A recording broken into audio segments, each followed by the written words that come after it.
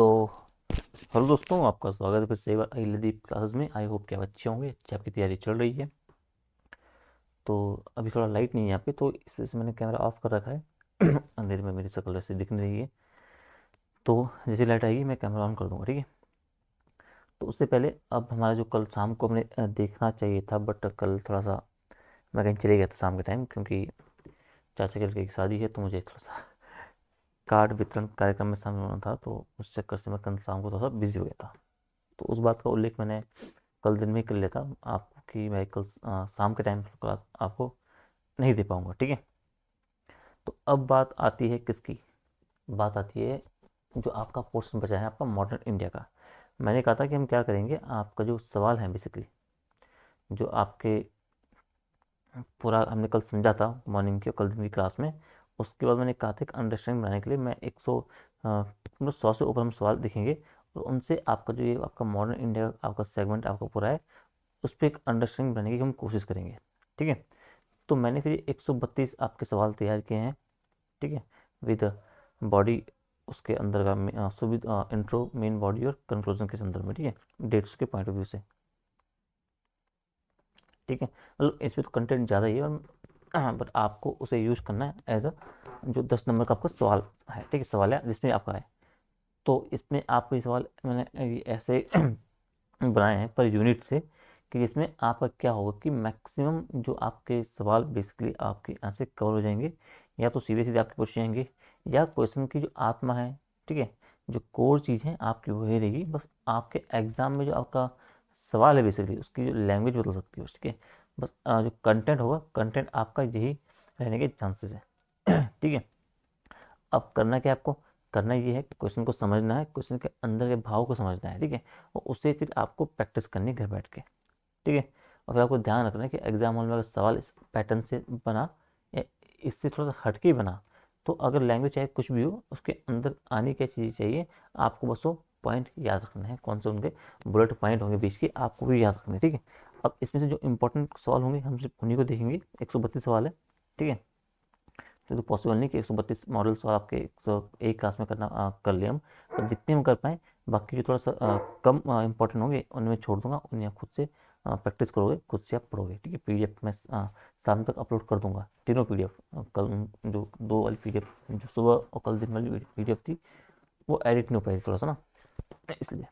तो पहला आपकी जो यूनिट है वो आपकी है 18वीं सदी के पूर्वार्ध का इतिहास, ठीक है। तो इसमें वही आपको कि भाई जब 18 जबकि सदी आपकी शुरू होती है, तो उससे पहले का इतिहास के बारे में आपको जानना होता है कि स्थितियाँ कैसी थी, मुगल साम्राज्य की स्थिति कैसे बनी हुई थी, आपकी जो संबंधित आपके जो क्षेत्रीय आपके राज्य थे उनके बारे में, ये सब, ठीक है। अब पहला सवाल ये बोल रहा है कि 18वीं सदी के प्रारंभ में बेसिकली मुगल साम्राज्य की स्थिति का आपको विश्लेषण करना है, कि भाई इस टाइम मुगल साम्राज्य की स्थिति क्या है। तो वही आपका इंट्रो हो गया कि 18वीं सदी के आरंभ तक मुगल साम्राज्य अपनी चरम स्थिति से उतर चुका था। औरंगजेब के पश्चात क्या हुआ, केंद्र सत्ता कमजोर पड़ गई थी, सेंटर की आपको जो सत्ता है उनकी, जिससे हुआ गया प्रशासनिक तंत्र आपका हो गया, सैन्य तंत्र आपका हो गया, आर्थिक ढांचा हो गया, ये सब बेसिकली बिखरने लगा। आपको ध्यान रखना है मेन बिंदु, आपको जो क्या बोलते हैं इंट्रो और जो आपका कंक्लूजन है, वो आपको खुद याद करना है, मतलब खुद आपको तैयार करना है बेसिकली। तो आपको पॉइंट क्या है बीच के, कि जो सवाल आपका ये है कि आपको प्रारंभ में 18वीं सदी के प्रारंभ में मुगल साम्राज्य की स्थिति क्या है। तो भाई मुगल सत्ता कमजोर है, केंद्रीय नियंत्रण आपका अस्थिर बना हुआ है। मोहम्मद शाह रंगीला की बात करो, उसके शासनकाल में दरबारी भ्रष्टाचार और षड्यंत्र आपके बढ़ने लगे थे। प्रांतीय गवर्नर और नवाबों ने स्थानीय स्वायत्तता आपकी प्राप्त कर ली थी। कर प्रणाली आपकी जटिल हो चुकी थी, बोझिल हो चुकी थी।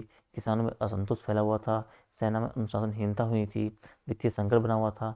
मराठा, सिख और जो राजपूत शक्तियाँ थी, क्षेत्रीय शक्तियाँ थी, इनका उदय हो चुका था। गृह युद्ध और उत्तराधिकार विवादों की पुनरावृत्ति हो रही थी बार बार। प्रशासनिक अक्षमता से न्याय व्यवस्था आपकी प्रभावित हो रही थी। ब्रिटिश एवं फ्रेंच व्यापारियों का राजनीतिक हस्तक्षेप हो रहा था।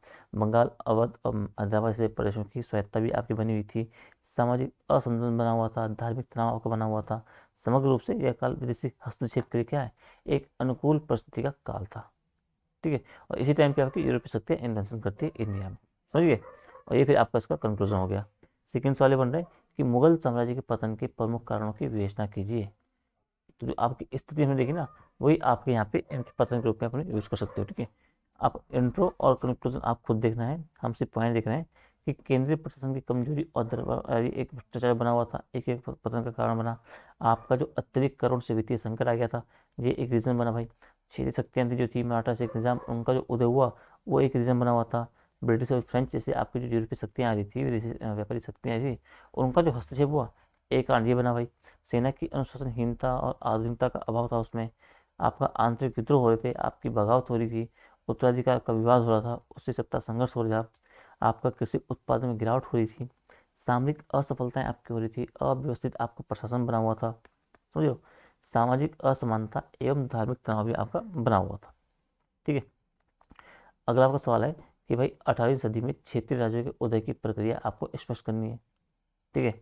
तो आप किस तरह के, मतलब ऐसे कौन से रीजन थे या फिर ऐसे कौन से मतलब आप मतलब कह सकते हो कि मतलब उन्हें ऐसी कौन सी सहूलियत मिली उस टाइम पे क्षेत्रीय राज्यों को कि उदय की प्रक्रिया उनकी, मतलब एक उदय उनका हो रहा था। तो आप बताओ कि भाई कि मुगल सत्ता का क्षरण हो रहा था, उसके साथ ही क्या हुआ, जब कंट्रोल कमजोर पड़ा तो भारत में अनेक क्षेत्रीय राज्य थे, उनका पुनरुत्थान हुआ, जिन्होंने स्थानीय आधार पर अपनी राजनीतिक पहचान बनाई। मुगल सत्ता की, अब मुख्य बिंदु आपको याद रखने भाई कि मुगल सत्ता की दुर्बलता ने आपको स्वायत्त शासन को अवसर दे दिए, प्रांतीय शासकों के प्रशासनिक अनुभव ने शक्ति दी, स्वतंत्र निर्णय और सैन्य बल पर नियंत्रण आपका जो था, आपका कर राजस्व प्रणाली पर स्थानीय अधिकार आपका हो चुका था, मराठा साम्राज्य का विस्तार आपका हो गया था और उनका एक प्रभाव बेसिकली पड़ रहा था, सिख शक्ति का उदय हो रहा था, खालसा की स्थापना हो चुकी थी, हैदराबाद और बंगाल का शासन आपकी बात करोगे, छोटे राजपूत और अन्य रियासतों के पुनरुत्थान हो चुका था। इस तरीके से बाकी आपकी चीज़ें देखनी है आपको, ठीक है, इस संबंध में अगर आपकी आती है कि क्षेत्रीय जो राज्य है उनके उदय की क्या अनुकूल स्थितियाँ बनी हुई थी, क्यों बनी थी, तो इन बिंदुओं को आप डालोगे। अगला बोला है कि बंगाल में ब्रिटिश और फ्रेंच व्यापारिक प्रभाव कैसे विकसित हुआ। ठीक है, इसे थोड़ा सा पढ़ लेना। ठीक है। हम्म। अगला है कि 18वीं सदी में कृषक और ग्रामीण जीवन की स्थिति का आपको मूल्यांकन करना है। तो ये भी आप पढ़ लेना। ठीक है। अगला आपका है कि भाई मराठा साम्राज्य के उदय एवं विस्तार की आपको व्याख्या करनी है। तो ये आपका इंट्रो आप बता दोगे भाई। तो शिवाजी महाराज के द्वारा क्या स्वराज की स्थापना की गई 1664 में, 74 में। पेशवाओं के द्वारा क्या हुआ, प्रशासनिक और वित्तीय सुधार किए गए भाई। आपके महाराष्ट्र से बाहर भी आपका क्षेत्र विस्तार हुआ, छत्रपति और पेशवा के बीच एक शक्ति संतुलन बना हुआ था। आप छापामार युद्ध नीति उन्होंने जो की, उनकी जो गतिशील सेना की आप बात करोगे, ठीक है, जिनसे उनका उदय और विस्तार में भूमिका उनको मिली। मुगल सत्ता की कमजोरी का लाभ उन्होंने उठाया भाई। बंगाल की बात करो, दिल्ली की बात करो और दक्षिण भारत तक उन्होंने विस्तार किया। उनकी जो कर संग्रह था, चौथ और सरदेशमुखी जो नीति थी, उसने भी एक महत्वपूर्ण भूमिका निभाई उनके उदय और विस्तार में। सामरिक संधियां उन्होंने जो की, गठबंधन जो बनाए, आपका जो मराठा शासन की वित्तीय और प्रशासनिक मजबूती बेसिकली जो थी, वही आपको क्या है, मराठाओं को बेसिकली आपको मराठा साम्राज्य के उदय और विस्तार में आपकी महत्वपूर्ण भूमिका निभाते हैं। समझिए। अगला आपको देखना है कि निजाम और बंगाल के नवाबों का योगदान आपको स्पष्ट करना है। तो ये आप पढ़ लेना। ठीक है। 18वीं सदी में विदेशी व्यापारियों की भूमिका का आपको विश्लेषण करना है, ये भी आप पढ़ लेना। ठीक है। अगला है आपका 18वीं सदी के प्रारंभिक विद्रोहों और गृह युद्धों की आपको समीक्षा करनी है। ठीक है। हाँ, एक ध्यान देने वाली बात यह है कि अभी हम सिलेबस को निपटा देंगे। आज 7 तारीख है आपकी, 8 हुई है, सॉरी 8 है। शाम को आज आपका ज्योग्राफी निपट जाएगा, मतलब 3-4 दिन अभी और लगेंगे आपको। ठीक है। तो ये मानो कि जब ये निपट जाएगा उसका एक क्लास में इस पे लेंगे, जितने आपके वर्ड है ना, ये समीक्षा करना आपका हो गया, ऊपर के जितने भी आपका ये विवेचना करने की बात हो गई, आपकी चर्चा कीजिए, टिप्पणी कीजिए, आलोचनात्मक विश्लेषण कीजिए। ठीक है। इन पे क्लास हम देखेंगे, वो भी आपका एक इम्पॉर्टेंट रोल निभाती है आपके आंसर्स में। ठीक है, कि आपको आंसर लिखना कैसे, समझिए। तो अगला है कि 18वीं सदी के जो प्रारंभिक विद्रोह थे और जो गृह युद्ध है उनकी आपको समीक्षा करनी है। तो आप बोलोगे कि मुगल सत्ता के विघटन के पश्चात क्या हुआ, पूरे भारत में आपके विद्रोह और गृह युद्ध की स्थिति बनी रही, जिसने एक राजनीतिक अस्थिरता को बढ़ावा दिया। ठीक है। मुख्य बिंदु बोलोगे कि प्रांतीय गवर्नर और नवाबों के बीच आपकी सत्ता संघर्ष चल रहा था, मराठा आपका मुगल युद्ध आपस में चल रहा था, बंगाल और पंजाब में आपका विद्रोह चल रहा था भाई, किसान और जमींदार आपका विद्रोह चल रहा था, सैन्य बगावती और अनुशासनहीनता जो बेसिकली थी उनकी बात करोगे, विदेशी हस्तक्षेप जो हो रहा था, तो उससे एक अवसर मिल गया था बेसिकली इन सब चीज़ों के चलते। ठीक है। तो इन विद्रोह ने क्या किया, आपके मुगल सत्ता को पूरी तरह से आपको कमजोर किया और नए क्षेत्र और आपको विदेशी प्रभुत्व के लिए बेसिकली मार्ग प्रशस्त किया। ठीक है। अब 18वीं सदी में यूरोपीय साम्राज्यवादी संघर्षों की आपको चर्चा करनी है। अब साम्राज्यवाद संघर्षों की कुछ चर्चा क्या करनी बेसिकली, कि भाई यूरोपीय शक्ति ने भारत में व्यापारिक हितों के साथ क्या है, एक राजनीतिक प्रभुत्व के लिए संघर्ष करती रही। तो यहाँ जो आपको चलता रहा, चाहे आपकी ब्रिटिश कंपनियों की बात हो, पुर्तगाली कंपनियों की बात हो, इनके बारे में आपको थोड़ा सा बताने की किस तरीके से आपका संघर्ष उनका चल रहा था। ठीक है, अगला है 18वीं सदी में भारत की आर्थिक स्थिति का आपको विश्लेषण करना है। ठीक है, अब इसमें क्या है कि भाई ये काल क्या है आपका, ये काल है आपका आर्थिक संक्रमण का काल है भाई। जो क्या हुआ, जब कृषि प्रधान जो है विदेशी व्यापारिक प्रभाव में आने लगा। कौन, भारत की हम बात कर रहे हैं, कि भाई ये कृषि प्रधान जो आपका देश भारत था, वो धीरे धीरे विदेशी व्यापारिक प्रभाव में आने लगा, क्योंकि अंग्रेज वगैरह आगे थे। ठीक है, और ये इंपॉर्टेंट काल आपका रहता है इस पॉइंट ऑफ व्यू से। मुख्य बिंदु क्या बोलोगे आप, कि आपकी जो कृषि आधारित अर्थव्यवस्था आपकी बनी हुई थी। ठीक है, 18वीं सदी में जमींदारी प्रणाली आपकी बनी हुई थी, आपका कर असंतुलन बना हुआ था, ग्रामीण असंतोष फैला हुआ था, विद्रोह आपके फैले हुए थे, आपके हस्तशिल्प और जो वस्त्र उद्योग है उनकी समृद्धि की बात करोगे आप, विदेशी व्यापारियों का एक बढ़ता जो नियंत्रण था उसकी बात करोगे, क्षेत्रीय राज्यों की आर्थिक नीतियों की बात करोगे आप, सामाजिक असमानता और गरीबी की बात करोगे आप, औपनिवेशिक आर्थिक ढांचे की एक प्रारंभिक झलक जो बेसिकली आपको इसी काल में देखने को मिलती है। तो इन बिंदुओं को आप उल्लेख करोगे अपनी स्थिति को दिखलाने में। समझ गए कि भाई 18वीं सदी की अर्थव्यवस्था ने क्या किया, औद्योगिक और औपनिवेशिक युग के आगमन की भूमि तैयार कर ली थी, जिसने भारत की आर्थिक स्वायत्ता को इम्पैक्टफुल, मतलब उस पर एक इम्पैक्ट डाला। ठीक है, अब 18वीं सदी में आपको अब है यूनिट 2। इसमें क्या देखना है कि भाई 18वीं सदी और उपनिवेशवाद का जो आपका एक व्यापारिक चरण था, कि भाई अंग्रेज आ चुके थे और जो पहला उनका चरण था सिर्फ व्यापार करना था। ठीक है, तो शुरू शुरू में उन्होंने व्यापार किया, तो वो उनका एक व्यापारिक चरण हम देखते हैं, फिर हम उनका एक औद्योगिक चरण देखते हैं और फिर एंड में उनका वित्तीय चरण देखते हैं। अब व्यापारिक चरण की हम बात कर रहे हैं, तो ये बोला कि 18वीं सदी के भारत में एक राजनीतिक स्थिति क्या बनी हुई थी उसका आपको वर्णन करना है भाई। ठीक है, आप बोलोगे कि 18वीं सदी भारत के इतिहास में संक्रमण का युग था। मुगल साम्राज्य की गिरावट के साथ क्या हुआ, राजनीतिक अस्थिरता आई, क्षेत्रीय शक्तियों का उदय प्रारंभ हुआ, जिसने उपनिवेशवाद के लिए आपका एक मार्ग प्रशस्त करने का काम किया। अब राजनीतिक स्थिति की बात आप करोगे कि औरंगजेब की मृत्यु हो गई है, मुगल साम्राज्य का पतन आपका प्रारंभ हो गया भाई, उत्तराधिकार शासक की अक्षमता से आपका केंद्रीय शासन है, केंद्रीय सत्ता बेसिकली कमजोर हो गई है, आपका जो मराठा, सिख और राजपूत जैसी शक्तियाँ का उदय होता है, क्योंकि आपका सेंट्रल जो आपकी शक्ति है वो कमजोर हो गई है। अब उसके बस में नहीं है कि एक जो आपका मुगल साम्राज्य इतना बड़ा है उसको एक मजबूत पकड़ बनाए रखें। जब पकड़ कमजोर होगी, क्षेत्रीय आपके जो राज्य होंगे, शक्तियाँ होंगी, उनका उदय होगा। ठीक है, बंगाल की बात करो, हैदराबाद की बात करो, अवध जैसे स्वायत्त राज्य आपके बनते हैं, प्रशासनिक भ्रष्टाचार जो आपका बनता है शासन में, और सत्ता संघर्ष अब आपके आम हो जाते हैं भाई। सीमावर्ती इलाकों में आपके विदेशी हमले बढ़ जाते हैं, सेना में अनुशासनहीनता बढ़ती है, आर्थिक संकट आता है, व्यापारिक गतिविधियों में आपके विदेशी हस्तक्षेप बढ़ जाता है, क्षेत्रीय शासकों के बीच युद्धों से अस्थिरता फैल जाती है। ठीक है, तो ये बेसिकली क्या है, ये बेसिकली भाई आपकी राजनीतिक स्थिति क्या है 18वीं सदी में। ठीक है, और ये मौके क्या करेंगे, मिलके आपको ब्रिटिशों को बेसिकली राजनीतिक हस्तक्षेप का एक अवसर प्रदान करते हैं। ठीक है, क्योंकि भारत में एक सेंट्रल शक्ति का उस टाइम पे अभाव देखने को मिलता है, सिंपल सी बात है। अगला बोल रहा है कि यूरोपीय व्यापारिक कंपनियों की भारत में स्थिति का आपको विश्लेषण करना है, तो इसे आप थोड़ा सा पढ़ लेना। ठीक है, आप बंगाल में ब्रिटिश प्रभुत्व के आरंभिक चरण का आपको विश्लेषण करना है, कि भाई बंगाल क्या था, बंगाल भारत का सर्वाधिक समृद्ध प्रदेश था उस टाइम पे। ब्रिटिश कंपनी ने क्या किया, यहीं से अपने औपनिवेशिक शासन की शुरुआत की। ठीक है, क्या बोलोगे आप, कि बंगाल के नवाबों ने क्या, ब्रिटिशों की व्यापारिक जो अधिकार दिए, 1717 की बात करोगे आप, जो आपका फरमान आपको जो हुआ था। ठीक है, आपका जो उस पर आपको छूट मिली भाई। ठीक है, आप जो ब्रिटिश व्यापारियों ने इस छूट का क्या किया, दुरुपयोग किया। सिराजुद्दौला ने आपकी जो कंपनी थी उसकी गतिविधियों को नियंत्रित करने का हालांकि प्रयास किया। उसी के फलस्वरूप आप देखते हो 97 में प्लासी का युद्ध होता है भाई, मीर जाफर फिर आपका नवाब बनता है उस टाइम पे। इस युद्ध के बाद कंपनी को राजनीतिक लाभ मिलने लगा। 64 में फिर आपका बक्सर युद्ध आपका होता है, उससे स्थिति आपकी बनती है और स्पष्ट हो जाती है भाई। ठीक है, अब क्या हो, इसके युद्ध के बाद 1765 में कंपनी को दीवानी अधिकार मिल गए। ठीक है, और जब दीवानी अधिकार मिले तो राजस्व प्रणाली ब्रिटिशों के अधीन हो गई भाई, बंगाल की अर्थव्यवस्था कंपनी के नियंत्रण में आ गई, और ब्रिटिश शासन का बेसिकली स्थायी आरंभ आपका 64 के बाद क्या है, 65 से आपका शुरू हो जाता है बंगाल बक्सर के युद्ध के साथ। ठीक है, अगला ये बोल रहा है कि ब्रिटिश ईस्ट इंडिया कंपनी की नीतियों का आपको विवेचना करनी है।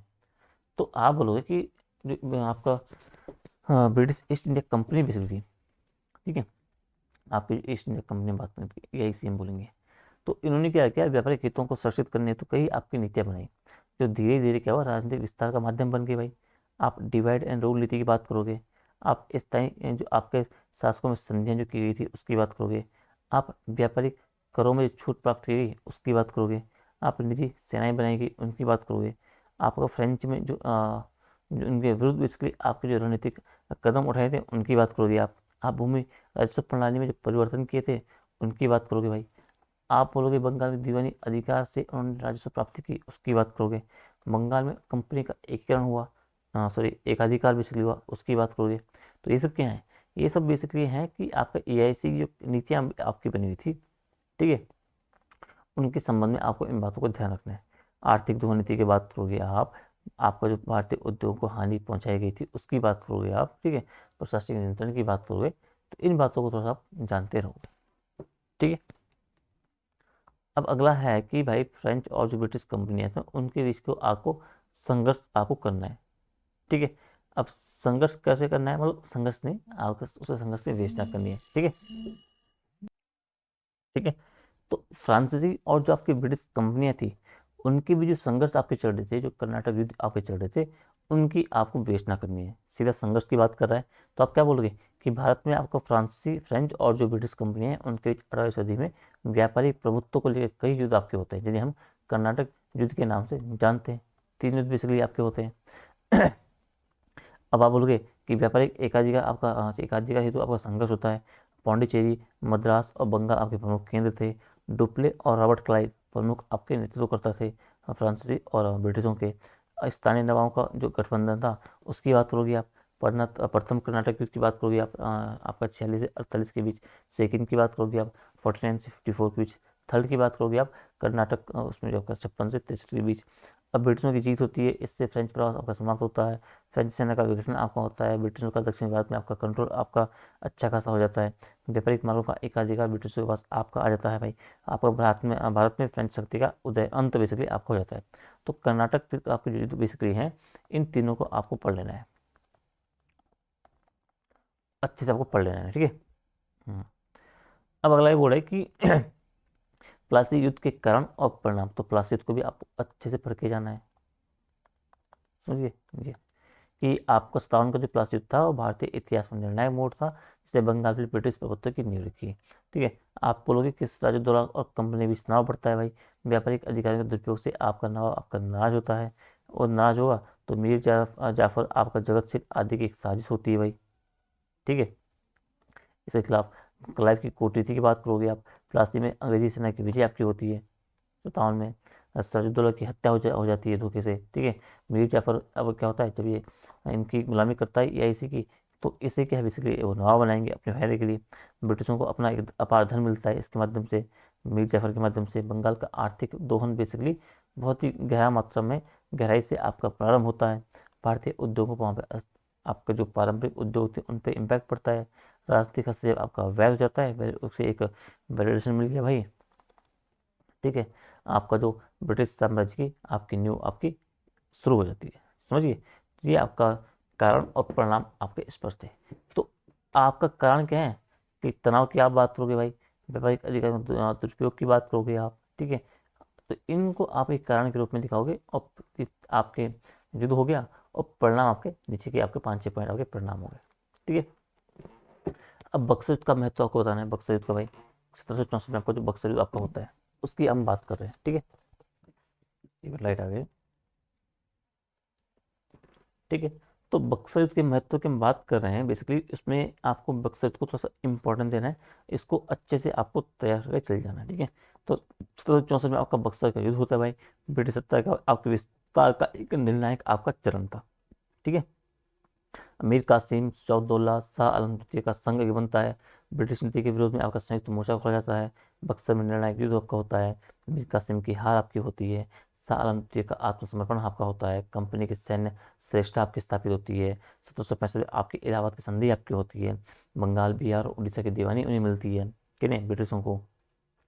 कंपनी को बहुत ही आपको राजस्व अधिकार मिलते हैं, बहुत सारे आर्थिक नियंत्रण की पूर्ण स्थापना ब्रिटिशों के संदर्भ में आपकी हो जाती है, प्रशासनिक अधिकारों में वृद्धि होती है और औपनिवेशिक शासन की एक मजबूत एक वास्तविक स्थापना, वास्तविक नींव इस टाइम पे बक्सर के बाद आपकी पड़ जाती है। समझ गए।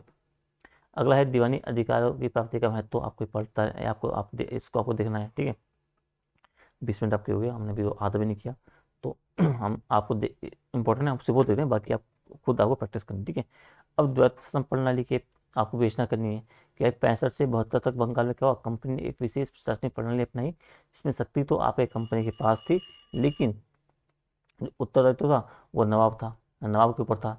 यानी कि जिनसे आर्थिक लाभ जो उठा सके वो कंपनियां उठाई थी, और जो एक कर्तव्य निभानी थी, जिम्मेदारी जो जनता के प्रति, जो वहाँ के क्षेत्र के प्रति थी, वो नवाब के पास दी गई थी। यानी कि दो हिसाब का शासन हो रहा था, एक शासन कंपनी चला रही थी और एक शासन का जिम्मेदारी नवाब पर थी। तो दीवानी आने के जो यहाँ से पैसे आ सके, आर्थिक धन आ सके, आर्थिक शोषण हो सके, वो सब अधिकार दीवानी कंपनी के पास था, और आपका बाकी चीज़ें आपके नवाब के पास थी। वास्तविक सत्ता कंपनी के हाथ में थी, राजस्व कंपनी वसूलती थी, कानून व्यवस्था का नाममात्र नियंत्रण आपका नवाब के पास था, शासन में समन्वय का अभाव था, किसानों की स्थिति आपकी दयनीय हो चुकी थी द्वैत शासन प्रणाली में। क्या था, आपका भ्रष्टाचार कुशासन, आपका कुशासन चरम पर था। दोहन दोहन पे करते जाते हैं, बहुत ही आर्थिक दोहन करते हैं बंगाल का। परिणाम क्या होगा, 70 के अकाल ने आप अकाल पड़ देगा, अकाल के बाद स्थिति आपकी खराब हो जाएगी, कंपनी को भी घाटा होने लगा, ब्रिटिश संसद में आलोचना होने लगी, और वारेन हेस्टिंग के द्वारा फिर सुधारों की पहल की जाएगी, और 72 में फिर आपका द्वैत शासन की समाप्ति की जाएगी। ठीक है, तो इसे आपको थोड़ा सा द्वैत शासन के थोड़ा सा आपको कारण और प्रभाव के रूप में आपको थोड़ा कारण है, हाँ, प्रभाव आपको थोड़ा सा आप देख सकते हैं। ठीक है, अगला बोला कि 18वीं सदी में भारत की आर्थिक स्थिति क्या थी, इसकी बात करना है, इसको थोड़ा सा देखते रहना है। ठीक है, उपनिवेशवाद की व्यापारिक चरण की प्रमुख विशेषताएं आपको बतानी है। इसमें क्या है, इसमें एक व्यापारिक एकाधिकार की नीति थी भाई, स्थानीय उद्योग का विनाश हुआ, कच्चे माल का निर्यात किया गया, तैयार माल का आयात किया गया, मुद्रा का अपवाह हुआ, बंदरगाहों पर ब्रिटिश नियंत्रण हुआ, भारतीय व्यापारियों का आपका हस्तांतरण आपका हुआ, आपकी कर नीति में असमानता थी, भूस्वामी पर आपका प्रभाव इसके लिए बहुत बड़ा, औद्योगिक क्रांति के लिए एक संसाधन प्राप्ति का आप इस इन्होंने काम किया भाई, भारत में उपभोक्ता बाजार बना के रख दिया उन्होंने, आपका आर्थिक निर्भरता की शुरुआत हुई। तो ये सब बेसिकली क्या है, आपका जो व्यापारिक चरण था उसकी प्रमुख विशेषताएं थी। समझ गए। अगला है कि 18वीं सदी में भारतीय समाज और संस्कृति पर ब्रिटिश इम्पैक्ट का क्या इम्पैक्ट आपका पड़ता है, उसका प्रभाव का क्या, मतलब ब्रिटिश जो प्रभाव पड़ा उसको आपको विश्लेषण करना है। आप बोलोगे पश्चिमी शिक्षा का प्रवेश हो चुका था, मिशनरी की गतिविधि बढ़ी, नई सामाजिक चेतना का विकास हुआ, अंग्रेजी भाषा का प्रसार हुआ, पारंपरिक संस्थाओं में परिवर्तन आपको होता है भाई, धार्मिक सुधार आंदोलन की पृष्ठभूमि बननी शुरू हो जाती है, प्रशासनिक ढांचे में आधुनिकता आती है, सामाजिक स्तरीकरण में बदलाव आता है, मध्यम वर्ग का उदय होता है। ठीक है, आपका जो महिला शिक्षा की आपकी शुरुआत होती है, वैज्ञानिक दृष्टिकोण का आरंभ होता है। ठीक है, भारतीय पुनर्जागरण का एक जो बेस है, एक आधार बनना शुरू हो जाता है इस टाइम पे, इसे आपको थोड़ा सा देखते रहना है। अगली यूनिट है उपनिवेशवाद का औद्योगिक चरण। ठीक है, अब औद्योगिक चरण की जब बात करोगे आप, तो ये आप पढ़ लेना है आपको। ठीक है, ये आप देख लेना भाई। इसके बाद भारत में ब्रिटिश औद्योगिक नीतियों के मैनों का आपको देखना है। ठीक है, कि भाई जो आपकी ब्रिटिश प्रमुख औद्योगिक नीतियाँ क्या थी भाई, किस तरीके उन्होंने काम किया। तो आप बोलोगे कच्चे माल जैसे कपास, जूट और खनिजों का निर्यात किया गया यहाँ से भारत की ओर, भारतीय हथकरघा उद्योग का फिर दमन हुआ इससे, ब्रिटिश जो वस्त्र थे उनका बड़े पैमाने पर आयात हुआ, भारत को एक बाजार बन के रख दिया बेसिकली, आपका कृषि उत्पादन को निर्यात केंद्रित बना दिया, प्रमुख बंदरगाहों पे आपका ब्रिटिशों का नियंत्रण हो गया, रेलवे, सड़क और नहरों का विकास अपने फायदे के लिए किया गया, कर नीति को ब्रिटिश हितों के अनुकूल ढाला गया, आपके स्वदेशी उद्योगों का कराधान और नीतियों से दबाया गया भाई, ताकि उनका शोषण हो सके, उनका दमन हो सके, ब्रिटिश बैंकिंग और वित्तीय संस्थानों की शुरुआत होती है, प्रशासनिक ढांचे को व्यापारिक सुविधाएं तो उपयोग किया गया, और कृषकों पर आपका कर बढ़ाकर बेसिकली राजस्व आपका बढ़ाया गया। तो ये बेसिकली आपका क्या है, ब्रिटिश प्रमुख आपकी औद्योगिक नीतियों की बात संबंधी बात आए, तो आपको औद्योगिक चरण में इन नीतियों के संबंध में आपको थोड़ा सा बताते रहना है। ठीक है, हथकरघा उद्योग पर ब्रिटिश आपका क्या प्रभाव पड़ा, इसकी बात आपको करनी है। ठीक है, तो भारतीय हथकरघा उद्योग जो कभी आपका विश्वविख्यात था, ब्रिटिश औद्योगिक नीति से सबसे अधिक जो आपका प्रभावित हुआ। आपकी ब्रिटिश फैक्ट्रियां उत्पाद थे, उन्होंने भारतीय वस्तुओं की प्रतिस्पर्धा असंभव हो गई भाई, आपके वो सस्ते हैं भाई, ठीक है, हल्के हैं, ठीक है, आप बोलोगे कारीगरों की आय और रोजगार समाप्त होने लगी, उत्पादक तकनीक पिछड़ गई, ग्रामीण कुटीर उद्योग की निर्भरता बढ़ी, निर्यात आपका घट जाता है, स्थानीय बाजार आपके सिकुड़ जाते हैं।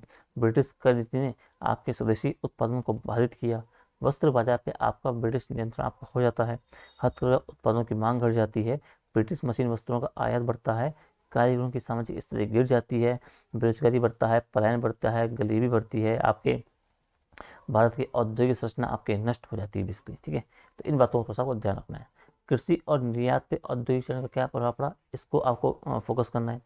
आप कृषि उत्पादन आपका निर्यात केंद्रित हो गया, कपास, नील, अफीम जैसी नकदी फसलों की प्राथमिकता दी गई, खाद्यान्न उत्पादन घटा, अकाल की बारंबारता बढ़ी, किसानों पर अतिरिक्त आपका कर पर बोझ बढ़ा, कृषि तकनीक पर विदेशी प्रभाव पड़ा, स्थानीय बाजार सिकुड़ गए, हस्तशिल्प उद्योगों को तो कच्चे माल की कमी हुई। ठीक है, जमींदारों की सत्ता बढ़ी, ग्रामीण निर्भरता बढ़ी, अकाल और गरीबी में वृद्धि हुई, ग्रामीण आपका विद्रोह का उदय हुआ, कृषि को ब्रिटिश निर्यात व्यवस्था में आपका समाहित किया गया। समझिए, तो आपको करना क्या है,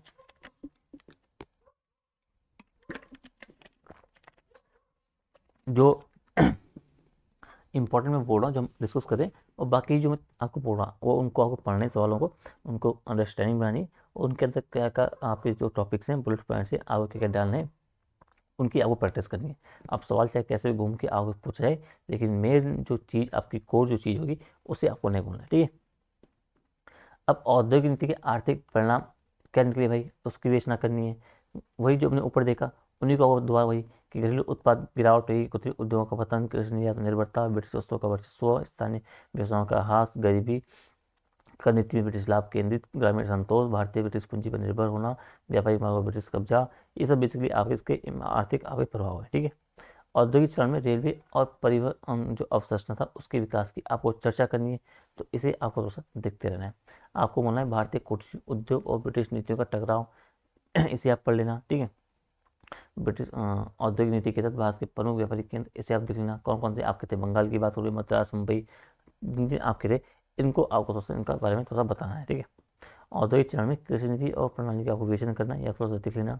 औद्योगिक चरण के दौरान भारतीय समाज पर क्या प्रभाव पड़ा, इसको है कि ग्रामीण शहरी असमानता बढ़ती है, कारीगरों का पतन, कृषि पर विदेशी नियंत्रण, बेरोजगारी और पलायन, सामाजिक तनाव, गरीबी वृद्धि, आपके आपके अकालों में बारंबारता, आपका पारंपरिक कला शिल्प आपकी लुप्त हो गई, शिक्षा पर ब्रिटिश प्रभाव पड़ा, कराधान से जनता पीड़ित हुई, स्थानीय बाजार विदेशी वस्तुओं से भर गए, सामाजिक विस्थापन बढ़ा, असंतोष विरोध की भावना बढ़ी, और राष्ट्रीय चेतना के बीच आपके धीरे धीरे पड़ने शुरू हो गए।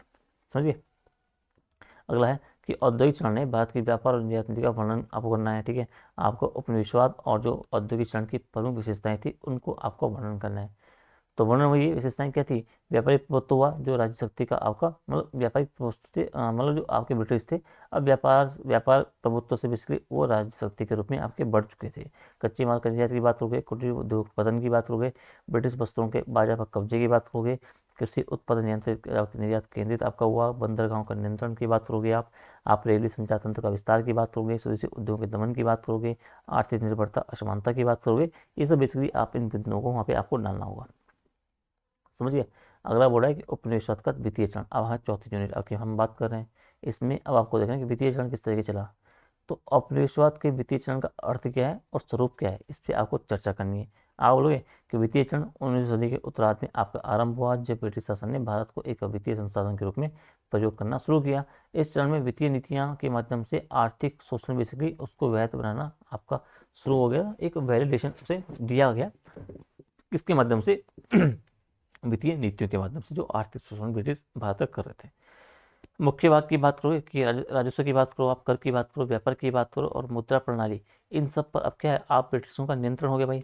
भारत से आपका जो ड्रेन ऑफ वेल्थ आपका जो था, जो आपका नेहरूजी दादा भाई जी दी थी, वो नीति क्या उसकी आप बात करोगे, किस तरीके से भारत का आपको धन आपका प्रभाव बढ़ा, सार्वजनिक ऋण और रेलवे फाइनेंसिंग का उपयोग किस तरीके से किया गया इसकी बात करोगे आप, ब्रिटिश पूंजी का निवेश केवल उनके लाभ के लिए गया, अपने स्वहित के लिए किया गया, राजकोषीय नीति की बात करोगे आप कि ब्रिटेन की अर्थव्यवस्था को मजबूत करने में आपकी फोकस थी, भारतीय मुद्रा प्रणाली पाउंड पर आपकी आधारित थी, भारतीय रिजर्व को क्या है लंदन में रखा गया भाई। इसके अलावा जो वित्तीय संस्थान थे उनका ब्रिटिश नियंत्रण किया गया, भारतीय आपको वित्तीय संसाधनों का विदेशी उपयोग हुआ, स्थानीय अर्थव्यवस्था की निर्भरता ब्रिटिश बैंकों पर थी। समझ गए। भारत की उपेक्षा की गई, भारत के विकास की उपेक्षा की गई बेसिकली। वित्तीय नीति बेसिकली ब्रिटिश साम्राज्य के विस्तार का साधन बनी। तो जब बात आएगी आपकी वित्तीय उसकी, तो वित्तीय नीति के चरण की बेसिकली, तो आपको वो समझना है कि किस तरीके से इन टॉपिक के माध्यम से आपको इसे बताओगे, एक्सप्लेन करोगे। ठीक है। अगला है कि भारत में धन निकासी सिद्धांत, इसे आप पढ़ लेना, काफ़ी इंपॉर्टेंट है। ठीक है, अच्छे से आपको देखना है अलग से। वही कि दादा भाई नरेश ने बोला कि आपका भारत से संपत्ति क्या है, उसका बहिर्गमन जो हो रहा है वही आपका धन निकासी भाई। आपका भारत से धन की निकासी क्या है, बिना किसी प्रतिफल की हो रही भाई। आपका भारत के राजस्व से ब्रिटिश अधिकारियों के वेतन और पेंशन रूप में आपका धन जा रहा है। ब्रिटिश निवेश से आपका अधिकतम विदेश भेजा जा रहा है। विदेशी व्यापार में आपकी असमानता बनी हुई है। रेलवे और सैन्य खर्च में ब्रिटिश हितों के लिए किया जा रहा है। इंडियन ऑफिस खर्च आपका लंदन में हो रहा है। पूंजी की कमी हो रही है, गरीबी में वृद्धि हो रही है। उद्योग कृषि में आपका ठहराव हो गया है। तो ये बेसिकली आपका जो था, आपका धन की निकासी के संदर्भ में बातें भूली गई, इन बिंदुओं को भूला गया। ठीक है, तो इसे आपको जानते रहना है। अब ब्रिटिश राजस्व नीति के प्रभाव को आपको विश्लेषण करना है, इसे आप देखते रहना है। ठीक है, औपनिवेशिक काल में मुद्रा और बैंकिंग व्यवस्था का स्वरूप आपको बताओगे, ये आप देख लेना। औपनिवेशिक काल में सार्वजनिक ऋण और ऋण, इसको आप देख लेना। ठीक है, ब्रिटिश कर प्रणाली की विशेषताएं, उसके परिणामों को पेश ना कीजिए, इसे आप देख लेना। ठीक है, ब्रिटिश वित्तीय नीतियों का भारतीय कृषि पर क्या आपका इम्पैक्ट पड़ता है, इसे भी आप देख लेना। ठीक है, औपनिवेशिक काल में ब्रिटिश व्यापारिक नीति के वित्तीय पहलों की आपको विवेचना करनी है। तो जो वित्तीय आपकी व्यापारिक नीति थी बेसिकली, इनके वित्तीय पहलू क्या थे। हाँ, औपनिवेशिक काल में ब्रिटिश की, तो आप बोलोगे कि आपकी औपनिवेशिक व्यापारिक नीति था, उसका उद्देश्य क्या था कि भाई भारत को अब क्या है, एक तो कच्चे माल का स्रोत बनाना है, कि यहाँ से कच्चा माल जो इसे निकाल कर अपने देश में औद्योगिक क्रांति है उसे आप सपोर्ट करो। आपका जो तैयार माल औद्योगिक क्रांति के माध्यम से आपका सस्ता मशीनों का माल जो बन रहा है, उसे वापस भारत में लाओ और वहाँ आप बेच दो भाई। तो भारत को एक बाजार के रूप में बदला गया, और जिसमें क्या है, आपको जो वित्तीय नियंत्रण था वो आपका प्रमुख साधन बना हुआ था। ठीक है, अब किस तरीके से कि भाई निर्यात नीति से आपको ब्रिटिश उद्योगों की अनुरूप थी भाई। ठीक है, तो निर्यात नीति ऐसी थी, उससे ब्रिटिश उद्योगों को फायदा मिल रहा था और भारतीय उद्योगों को नुकसान हो रहा था। भारत से जो कच्चा माल था वो सस्ते दामों पर खरीदा जा रहा था, वापस जो बाजारों में आके महंगे दामों में बेचा जा रहा था। तैयार वस्तुओं का आप गए महंगा आयात किया गया भाई। व्यापारिक मुनाफे का प्रभाव ब्रिटेन की ओर था। ठीक है, आप भारत की जो भुगतान प्रणाली है वो लंदन से कंट्रोल हो रही थी। व्यापारिक कर प्रणाली ब्रिटिश लाभ विरोधी आपकी बनी हुई थी। स्थानीय व्यापारी पर प्रतिबंध लगा दिया गया। विदेशी मुद्रा संतुलन ब्रिटिश हाथों में थी। भारतीय बंदरगाह और शिपिंग पर बेसिकली एकाधिकार ब्रिटिश अंग्रेजों का बना हुआ था। ठीक है, निर्यात से बेसिकली आय का प्रतिफल भारत को नहीं मिल रहा था। व्यापार घाटे में भारत और लाभ जो है, मतलब आप जो भारत व्यापारिक घाटे में बना हुआ था और जो ब्रिटेन की स्थिति आपके लाभ की बनी हुई थी। और वित्तीय नियंत्रण ने क्या किया, भारत को एक औपनिवेशिक बेसिकली बना दिया। तो इसे आपको थोड़ा सा जानते हुए रहना है, समझ गए। ठीक है, अगला है कि ब्रिटिश शासन के दौरान भारतीय मुद्रा संकट की आपको विवेचना करनी है, इसे आप देख लेना। ठीक है, आप ब्रिटिश वित्तीय नियंत्रण का भारतीय उद्योग और व्यापार पर क्या प्रभाव पड़ा, इसे आपको देखना बहुत इंपॉर्टेंट है। भारतीय समाज पर, भारतीय उद्योग पर, भारतीय कृषि पर, भारतीय व्यापार पर किसका वित्तीय नियंत्रण आपका जो है, आपके औद्योगिक नीति आपकी होगी, आपका जो बाकी आपका व्यापारिक नीतियाँ होगी, इन सब की आपको बात करनी है, समझ गए। अगला है कि भाई औपनिवेशिक वित्तीय प्रणाली के सामाजिक प्रभाव को आपको विश्लेषण करना है। ठीक है, वही कि क्या आपके सामाजिक प्रभाव पड़े। आर्थिक समानता बढ़ी, किसान मजदूर में गरीबी बढ़ी, साहूकार वर्ग का उदय हुआ, मध्यम वर्ग का उद्भव हुआ, सीमित अवसर मिले, ग्रामीण कल्याण में वृद्धि हुई, बेरोजगारी बढ़ी, सामाजिक असुरक्षा बढ़ी, शिक्षा में कमी आई, आपका जो स्वास्थ्य था बेसिकली उस पर वित्तीय प्रभाव पड़ा, सामाजिक तनाव बढ़ा, वर्ग विभाजन बढ़ा, राष्ट्रवाद का सामाजिक आधार विकसित हुआ, स्वदेशी चेतना का प्रसार हुआ, सांस्कृतिक क्षरण हुआ, आत्मसम्मान में कमी हुई। ये सब बेसिकली आपके सामाजिक प्रभाव हैं। ठीक है, और ऑपरेटिव वित्तीय चलन की प्रमुख विशेषता है, उसका ऐतिहासिक महत्व आपको स्पष्ट करना है। ठीक है, ये आप पढ़ लेना। ठीक है, तो ये आपकी यूनिट 4 हो गई है। अब है यूनिट 5, आरंभिक राष्ट्रवाद, कृषक आंदोलन से लेके आपका 1857 तक जो विद्रोह आपका होता है तब तक। ठीक है, ठीक है, तो इसमें आपको देखना है कि भाई 18वीं और 19वीं सदी में भारत में कृषक असंतोष थे, उसके कारण क्या थे भाई, उनका विश्लेषण करना है। अब कारण आप बोलोगे कि भाई जो ब्रिटिश औपनिवेशिक शासन के दौरान जो भारतीय कृषक वर्ग आपका सबसे अधिक शोषित हुआ, और कृषि आपकी जो राजस्व नीतियाँ थी और जो आर्थिक दमन था, उसने क्या किया, किसान असंतोष को इसलिए आपको जन्म देने का काम किया। मुख्य भाग कि भाई जमींदारी और जो रियायत वाली प्रणाली थी उसमें अत्यधिक कर बने हुए थे।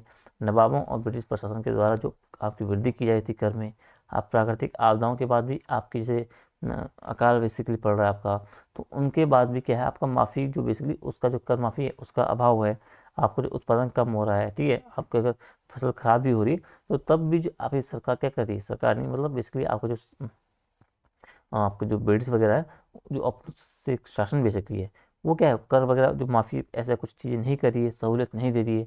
आप जो उत्पादन और आय उनमें असंतुलन बना हुआ था, साहूकारी और जो कर्ज का बढ़ता बोझ आपका जो था, कुटीर उद्योगों के पतन से जो ग्रामीण आय में कमी आई, जमींदारों और मध्यस्थों का जो शोषण हुआ नहीं, उन्होंने शोषण किया बेसिकली, ठीक है। भूमि अधिकारों की अस्पष्टता बोली गई थी, मतलब दिखाई दे रही थी। आप कर वसूली में हिंसा आपका था, अत्याचार आपके बने हुए थे, ग्रामीण वर्ग की असमानता बनी हुई थी, विदेशी व्यापारिक नीतियों से घरेलू बाजार आपका उनका नाश हो रहा था, और असंतोष आपका धीरे धीरे राजनीतिक स्वरूप में आपका बदलता गया, ठीक है। तो कृषक असंतोष केवल आर्थिक नहीं, मतलब आर्थिक विद्रोह नहीं, केवल आपको जो आने वाले राष्ट्रीय आंदोलन का भी एक आधार भी बनने का काम किया। तो भारत में जो कृषक असंतोष होता है 18 से 19 सेंचुरी के मध्य, तो उसके कारणों में आपको इन बातों का सबको ध्यान रखना है, ठीक है। अब पाटीदार और सिपाही आंदोलन का स्वरूप और ऐतिहासिक महत्व, तो ये आपको थोड़ा सा आपको देखते रहना है, ये आप देख लेना, ठीक है। इसके अलावा आपका जो प्रारंभिक राष्ट्रवादी विचारों की भूमिका का मूल्यांकन करना है आपको 19 सेंचुरी में, तो आपको इसमें क्या क्या है, आपके जो राम मोहन राय जी हैं, देवेंद्रनाथ टैगोर जी हैं, आपके मठ जैसे आपके हो गए, आपके सत्य शांति आंदोलन आपको हुआ, इन सब में थोड़ा सा आपको डिस्कस करना है। सामाजिक धार्मिक सुधार आंदोलन और राष्ट्रवाद के बीच संबंध की विवेचना करनी है, ठीक है।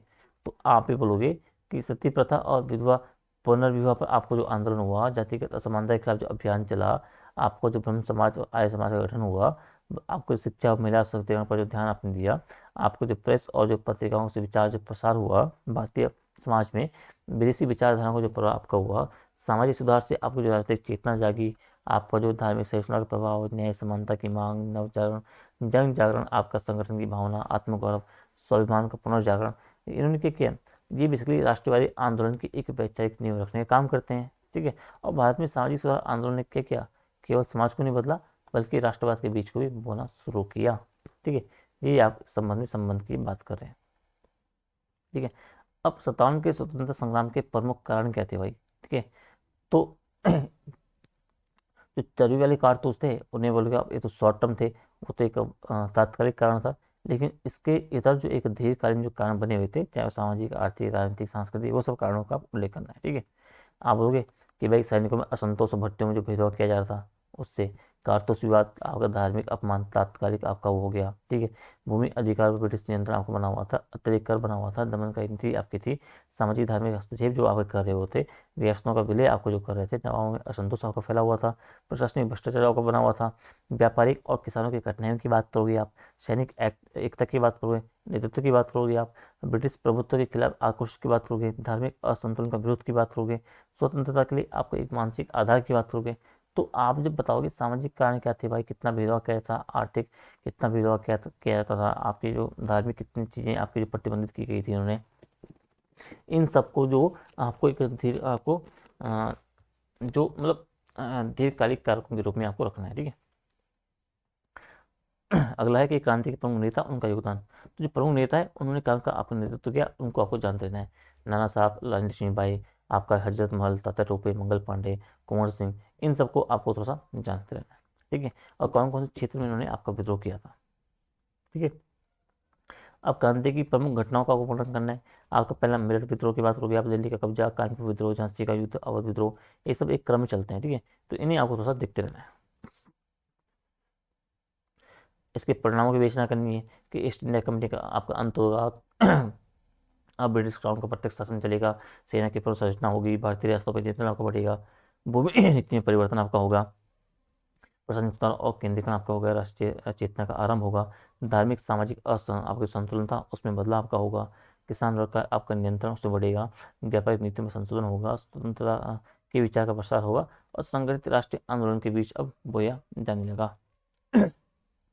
कृषक आंदोलन और साधारण क्रांति के बीच संबंध, इसे आपको पढ़ना है, ठीक है। प्रारंभिक राष्ट्रवादी विचारधारा के प्रमुख सुधारों की विवेचना करनी है, ठीक है। तो ये बेसिकली जो आपका प्रारंभिक राष्ट्रवादी विचारधारा थी उसमें प्रमुख कौन कौन कौन से आपके शामिल थे? आपके पंडित राममोहन राय जी उनके शामिल थे, देवेंद्रनाथ टैगोर जी शामिल थे, बंकिम चंद्र चट्टोपाध्याय जी शामिल थे। प्रेस और शिक्षा के माध्यम से चेतना फैल रही थी, ब्रिटिश नीतियों की आलोचना की जा रही थी, धार्मिक सहिष्णुता का प्रसार हो रहा था, महिला शिक्षा और समानता पर बल दिया जा रहा था, भारतीय समाज में आत्मगौरव का संचार हो रहा था भाई। आपका साहित्य और भाषा जो आंदोलन था उसने बेसिकली आपको फोकस किया, पश्चिमी विचारों का उपयोग क्या है भारतीय के संदर्भ में किया जाने लगा, शिक्षा को सामाजिक जागरण का बेसिकली जागरूकता का एक माध्यम बनाया गया और संगठित राष्ट्रवाद की नींव आपकी शुरू हुई। ठीक है,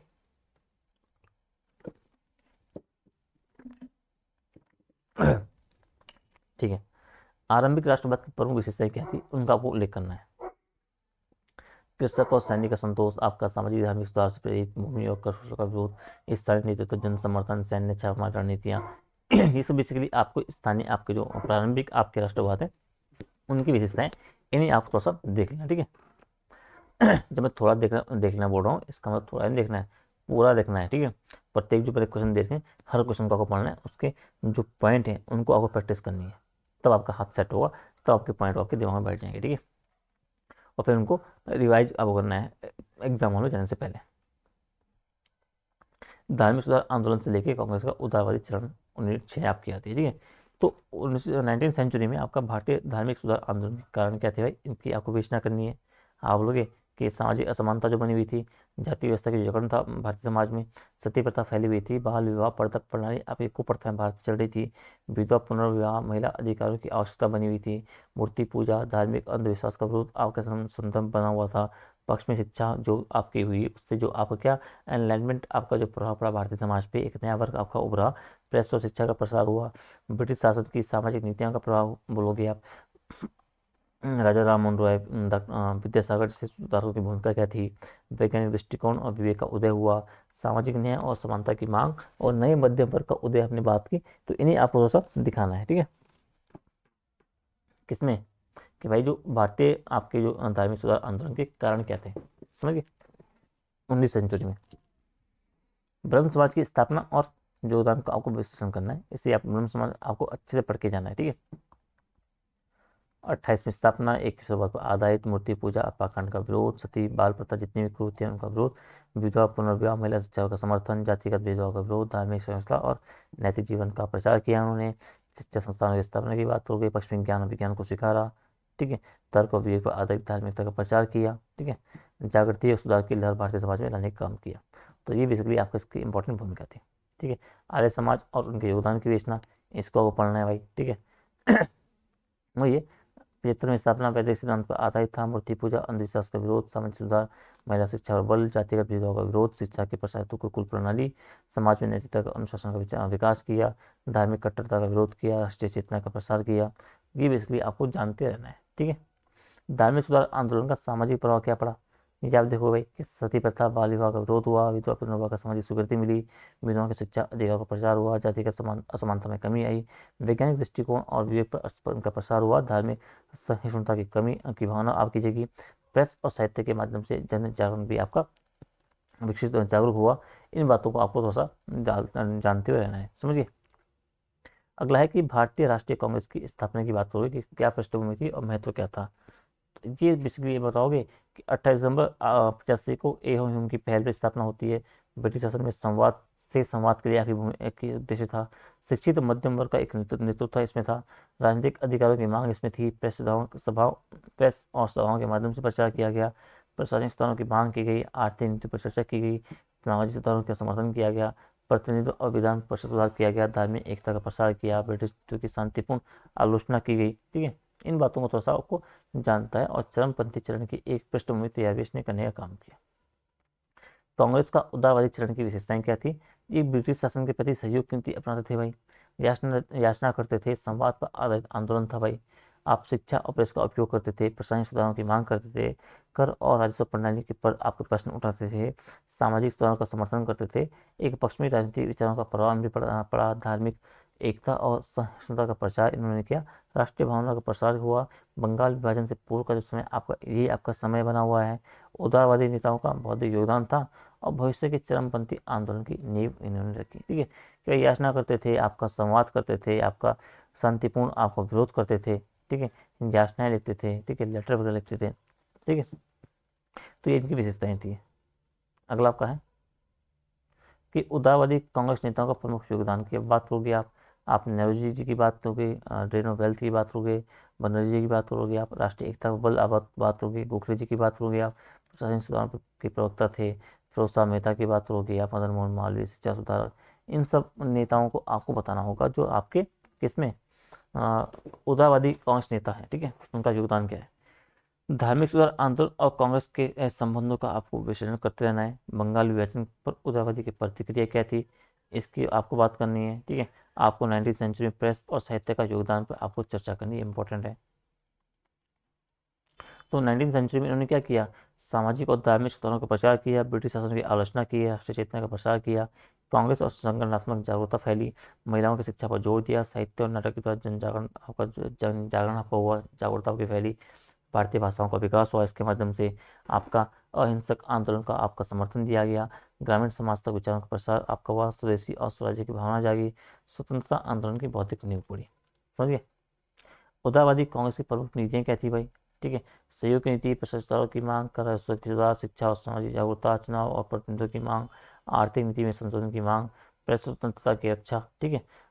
आपका धार्मिक सहिष्णुता पर बल, संवैधानिक अधिकारों की मांग, सामाजिक न्याय और समानता, विधिक सुधारों की पहल, अहिंसक और कर्मिक सुधार की नीति। तो इन बिंदुओं पर उन्होंने काम किया। इन बिंदुओं पे क्या करते थे वो, आप उन्होंने आपसे संवाद करते थे, उनसे याचना करते थे, आप शांतिपूर्ण विरोध करते थे कि हमें इन ये सब चीज़ें मिलनी चाहिए। समझ गए, उदारवादी नीतियाँ आपकी यही थी। अगला है कि जो कांग्रेस के उदारवादी चरण की प्रमुख विशेषताएं, आपको वही सेम जो मैंने ऊपर देगा, ठीक है, बाकी से आप देख लेना, ठीक है, ठीक है। कांग्रेस का अब आएगा उदारवादी के बाद चरमपंथी पंथ से लेके आपका 1918 तक हमें देखना है, ठीक है। तो चरमपंथी जो चरण आपका चलता है 5 से 14, उसके कारण क्या थे भाई, 5 में बंगाल विभाजन होगा, उससे राष्ट्रीय एकता की मांग उठती है, उदारवादियों की जो नरम नीति थी उससे असंतोष फैलता है, युवाओं में क्रांतिकारी चेतना का विकास होता है, पश्चिमी और समाजवादी विचारों का प्रभाव इसमें उन पर पड़ा था, प्रेस और पत्रिकाओं का जो प्रसार होता है उससे उनकी भूमिका बनी, ब्रिटिश नीतियों से व्यापक असंतोष आपका फैला, किसान छात्र श्रमिक उन सबकी आपकी भागीदारी बढ़ रही थी, स्वराज और स्वदेशी की अवधारणा का आपका उदय हुआ बेसिकली, ठीक है। आपका जो भारतीय संस्कृति आपका जो स्वाभिमान की भावना आपकी जगी, तिलक, लाला लाजपत राय, इन्होंने जो आपके नेता थे, ऐसे नेताओं का उदय होता है, उदारवादी चरण की सीमाएं जो थी उनका अनुभव उनके पास था, और राष्ट्रीय आंदोलन की नई दिशा की आवश्यकता थी, ठीक है। तो ये सब बेसिकली आपके रीजन बने किसमें, जिन्होंने आपके चरमपंथी आंदोलन को आपको उदय किया, समझिए। अब चरमपंथी प्रमुख नेता उनके बारे में आपको जानना है। तिलक जी के बारे में, स्वराज में जन से अधिकार है, पी चंद्रपाल शिक्षा और स्वदेशी पर बल, लाला लाजपत राय पंजाब में राष्ट्रवाद का प्रचार किया, अरविंदो घोष क्रांतिकारी लेखन और आध्यात्मिक राष्ट्रवाद की बात की। तो इन सबको आपको जानते रहना है जो आपके प्रमुख प्रमुख आपके चरमपंथी नेता हैं, ठीक है। बाकी आप देख लेना, स्वराज आंदोलन और चरमपंथी का उद्देश्य की बात कर रहा है, तो इसे आपको थोड़ा सा देखते रहना है, ठीक है। प्रेस और साहित्य का चरमपंथी आंदोलन में क्या आपकी चर्चा थी, इसी भी आपको देखना है, केसरी और मराठा अखबारों को आपको उल्लेख बेसिकली करना है। बाल गंगाधर तिलक के योगदान की चर्चा आपको करनी है या पढ़ लेना, ठीक है। केसरी मराठा पत्र का संचालन आप करोगे, आपका जो गणेश उत्सव, शिवाजी उत्सव का आप उल्लेख करोगे, स्वराज में जन्मसिद्ध अधिकार है, इनका उद्घोष, ये सब बातों को आपको थोड़ा सा देखते रहना है। एक प्रमुख घटनाक्रम है 5 से लेकर 14 तक, आप देखते ना कि बंगाल विभाजन होता है, स्वदेशी आंदोलन होता है, इससे विदेशी वस्तुओं का बहिष्कार, राष्ट्रीय शिक्षा आंदोलन, कांग्रेस में दल का आपका जो सूरत अधिवेशन विभाजन आपका होता है, सर्व भारतीय आपका सम्मेलन होता है, प्रेस साहित्य आंदोलन का विस्तार आपका होता है, लाला लाजपत राय की गिरफ्तारी, तिलक और मुकदमे पर निर्वासन, क्रांतिकारी गतिविधि की वृद्धि, भारत में राष्ट्रवादी गतिविधियों की समितियों की स्थापना, राजनीतिक चेतना का तीव्र विस्तार, इन बातों को सबको जानते रहना है। चरमपंथी आंदोलन के समय ब्रिटिश दमन नीति किस तरह आपके लागू हुई, ये आप देख लेना। प्रथम विश्व युद्ध का भारतीय राजनीति पर क्या प्रभाव पड़ा, ये आप देख लेना, ठीक है। चरमपंथी चरण की प्रमुख विशेषताएं क्या थी, कि स्वराज को सर्वोच्च लक्ष्य माना है, स्वदेशी बहिष्कार आंदोलन की भूमिका थी, जन सभ्यता का विस्तार किया, युवा नेतृत्व का उदय हुआ, प्रेस और शिक्षा का उपयोग किया, सीमित हिंसा और संघर्ष की रणनीति अपनाई, सांस्कृतिक प्रतीकों का उपयोग किया, कांग्रेस में विभाजन आपका हुआ, और ब्रिटिश दमन में बावजूद आंदोलन आपकी वृद्धि होती है, आर्थिक राष्ट्रवाद का प्रचार होता है, महिला और छात्र वर्ग की भागीदारी बढ़ती है, और राष्ट्रीय आंदोलन की एक मजबूत ठोस नींव आपकी स्थापित होती है। उदारवादी और चरमपंथी नेताओं में आपको अंतर स्पष्ट करना है, या पढ़ लेना, ठीक है। प्रथम विश्व युद्ध के बाद चरमपंथी आंदोलन की भूमिका, इसे आपको स्पष्ट करना है, या पढ़ लेना, ठीक है। आपका है गांधी जी का उदय किस तरीके से आपका होता है, इसे आपको थोड़ा सा देखते रहना है, ठीक है। ठीक है, तो इसमें आपको देखना है कि जन्म की बात करोगे आप, माता पिता की बात करोगे, प्रारंभिक शिक्षा की बात करोगे, इंग्लैंड में कानून की पढ़ाई की बात करोगे आप, क्या इन पे इम्पैक्ट था उनकी बात करोगे, गीता बाइबल, टॉलस्टॉय की, रस्किन, इन सब की बात करोगे। सरल जीवन था, उच्च विचार का पालन किया, नैतिकता, आत्मसंयम और सत्य के प्रति आग्रह किया। दक्षिण अफ्रीका में भेदभाव का अनुभव इन्हें था। सत्याग्रह और अहिंसा की नींव उन्होंने यहीं रखी। कहा दक्षिण अफ्रीका में सामाजिक न्याय, समानता की भावना का विकास हुआ। नेतृत्व और संगठन कौशल की प्रारंभिक झलक आपको मिलती है देखने को। और राष्ट्र निर्माण के लिए एक नैतिक आदर्श तैयार आपके इन्हीं संबंध में आपके होते हैं, ठीक है। तो उदय में आपको इन बातों को सब आपको ध्यान रखना है, ठीक है, कि भाई जो महात्मा गांधी का जीवन था वो भारतीय स्वतंत्रता संग्राम का सबसे प्रेरणादायक अध्याय है भाई, बहुत इंपॉर्टेंट है। उनका जीवन दर्शन सत्य, अहिंसा और सेवा पर आधारित था, जिसने न केवल भारत बल्कि पूरे विश्व को दिशा दी, ठीक है। तो उदय में आपको कुछ प्रमुख बातों का ध्यान रखना है। अब दक्षिण अफ्रीका में गांधी जी ने संघर्ष किया और जो परिणाम का निकले उन्हें आपको देखना है कि वह 93 में जब वकील के रूप में दक्षिण पहुंचते हैं, अफ्रीका पहुंचते हैं, वहाँ नस्लीय भेदभाव का सामना करते हैं। ट्रेन से निकल जाने की घटना का एक निर्णायक उनके साबित होती है। नटॉल इंडियन कांग्रेस की स्थापना करते हैं 94 में। भारतीयों के अधिकारों की कानूनी लड़ते हैं, अधिकारों की कानूनी लड़ाई वो लड़ते हैं। वॉनिक सेटलमेंट आपका, आपका टॉलस्टॉय फॉर्म की स्थापना करते हैं। 1906 में पहला सत्याग्रह आपका करते हैं वो, ठीक है। आपका जेल यात्रा और जन आंदोलन का उनका नेतृत्व रहता है। भारतीय समुदाय में एकता और आत्मबल का विकास करते हैं। आपके जो ब्रिटिश सरकार थे उनको समझौते के लिए विवश करते हैं बेसिकली वहाँ, ठीक है। तो सत्याग्रह की नैतिक शक्ति आपकी वहीं सिद्ध होती है का दक्षिण अफ्रीका में, ठीक है। तो भारत में संघर्ष तो गांधी की जो वैचारिक तैयारी आपकी पूर्ण आपकी यहीं हो जाती है, समझिए। सत्याग्रह और अहिंसा के सिद्धांतों को आपको विवेचना करनी है, इसे आपको थोड़ा सा पढ़ लेना है, ठीक है। सहयोग आंदोलन के आरंभ किस तरीके से और उसके प्रभाव क्या पड़े। तो जो रोलेट एक्ट का विरोध आपका हुआ 1919 में, जलियांवाला बाग जो आपका नरसंहार हुआ, उसे जन आक्रोश आपका फैला हुआ था। गांधी जी ने असहयोग का आह्वान किया भी इसमें। विदेशी वस्त्रों का बहिष्कार आपका हुआ। सरकारी विद्यालयों पर आपके नौकरी का त्याग दो भाई, ठीक है। आप करना देने का अभियान करो। आप प्रेस और सभाओं के माध्यम से आप प्रचार करो, मतलब असहयोग करो बोलो, ठीक है। असहयोग किससे, ब्रिटिशों के खिलाफ, ठीक है। सभी वर्गों की सहभागिता इसमें थी। मुस्लिम लीग के साथ भी सहयोग होता है। अंग्रेजों की वैधता को चुनौती मिली। राष्ट्रीय एकता और जन जागरण की आप बात करोगे, समझ गए। चंपारण और खेड़ा सत्याग्रह के महत्व का आपको विश्लेषण करना है, इसे आपको थोड़ा सा पढ़ लेना है। अच्छे चंपारण, चंपारण आपका हो गया, खेड़ा आपका हो गया, ठीक है। जितने भी आपका है, रोलेट एक्ट आपका हो गया, असहयोग आपका हो गया। तो शुरुआती आपके जो आंदोलन बेसिकली इनको आपको थोड़ा सा देखते रहना है, ठीक है, सत्याग्रह को देखते रहना है। अगला है आपका कि भाई गांधी जी का दक्षिण अफ्रीका और भारत में नेतृत्व की तुलना करनी है, इसे आप पढ़ लेना, ठीक है। भारतीय राष्ट्रीय कांग्रेस में गांधी जी की भूमिका का आपको मूल्यांकन करना है, इसे आपको देखना है, ठीक है। गांधी जी की नीतियाँ रणनीतियाँ भारतीय संदर्भ में क्यों प्रभावी रहती है, ये आपको सब आपको देखते रहना है। क्यों कि भाई अहिंसा और सत्य पर आधारित आपका सिद्धांत था। आपका क्या था, धर्म और नैतिकता का समावेश था। ग्रामीण भारत को उन्होंने फोकस में रखा। स्वदेशी और आत्मनिर्भरता का प्रचार किया। शिक्षा और महिला सशक्तिकरण पर उन्होंने जोर दिया। अस्पष्टता उन्मूलन का अभियान चलाया। जन साधारण की भाषा और प्रतीकों का प्रयोग किया। लघु उद्योगों का संरक्षण किया। प्रेस और साहित्य का व्यापक उपयोग किया। स्थानीय नेतृत्व के महत्व दिया। सरल सुलभ और आत्मबल पर आधारित जो आंदोलन था उसकी बात की गई। और जनसंपर्क और अनुशासन से उन्हें सफलता मिली, ठीक है। इनको आपको देखते रहना है। अहिंसक प्रतिरोध की गांधीवादी अवधारणा की आपको चर्चा करनी है, याद देख लेना। आपका असहयोग आंदोलन और स्वदेशी नीति की भूमिका का आपको विश्लेषण करना है, यह पढ़ लेना भाई। गांधी जी के ग्रामीण आंदोलन की विशेषताओं पर आपको प्रकाश डालना है, ठीक है। आपको बात करनी है गांधी जी का उदय क्या है, भारतीय स्वतंत्रता आंदोलन के निर्णायक सिद्ध क्यों हुआ, ये इंपॉर्टेंट सवाल है। कि भाई जो गांधी जी के आगमन से भारतीय स्वतंत्रता आंदोलन नैतिक आपका जन संगठित हो गया और अहिंसक स्वरूप में आपका विकसित हो जाता है। दक्षिण अफ्रीका से इन पास अनुभव था, रणनीति बनी हुई थी। भारत में जन संघर्ष का नेतृत्व उन्होंने किया। चंपारण और खेड़ा में सफलता मिलती है। असहयोग और स्वदेशी नीति का प्रसार होता है। सत्याग्रह और अहिंसा की शक्ति की बात करोगे आप, कांग्रेस को जन आंदोलन बदलने का काम इन्होंने किया। धार्मिक सामाजिक सुधार का संयोजन इन्होंने किया। ग्रामीण भारत का राजनीतिकरण इन्होंने किया भाई। प्रेस और साहित्य के माध्यम से चेतना फैलाई। महिला और दलित उत्थान पे फोकस भी किया। और राष्ट्रीय एकता और स्वराज की भावना बढ़ाई, जिससे आपका स्वतंत्रता संग्राम था उसको एक नैतिक ऊंचाई मिल सकी, ठीक है। तो इसे आपको थोड़ा सा जानते रहना है। अगली यूनिट है कि भारतीय राष्ट्रीय आंदोलन की बात करोगे आप। इसमें आपको असहयोग आंदोलन के कारणों की विवेचना करनी है कि क्या कारण थे असहयोग आंदोलन के। ठीक है।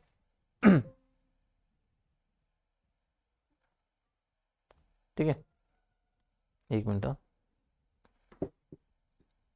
ठीक है, तो असहयोग आंदोलन के भाई क्या कारण थे? 1919 का जो वर्ल्ड एक्ट था, जो जन विरोधी नीति थी, आपकी जलियांवाला आपका नरसंहार हुआ, उससे उत्पन्न आपका आक्रोश हुआ। प्रथम वर्ल्ड वार के बाद आपके कर बढ़ते हैं, जो महंगाई बढ़ती है, जो खिलाफत आंदोलन से धार्मिक एकता को आपका बल मिलता है, गांधी जी का नेतृत्व अहिंसा पर जो आधारित नीति आपकी थी, कांग्रेस में नए युवा नेतृत्व का आपका उदय होता है, काफी उससे जनता का आपका शोषण जो होता था, उससे आपका एक आपका आक्रोश बना हुआ था। विदेशी वस्त्र स्कूलों का जो बहिष्कार की आप बात करोगे, प्रेस और साहित्य के माध्यम से जन जागरण की बात करोगे, इन सब बातों को तो सबको ध्यान रखना है। असहयोग आंदोलन की विशेषताएं, प्रभाव, इसका आपको विश्लेषण करना है, ये आपको पढ़ना है भाई। ठीक है, अगला क्या है?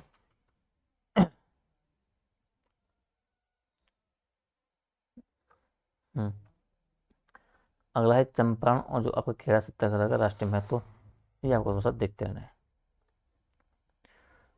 इसमें आपका थोड़ा सा स्टोरेज का इशू आ रहा है, एक मिनट।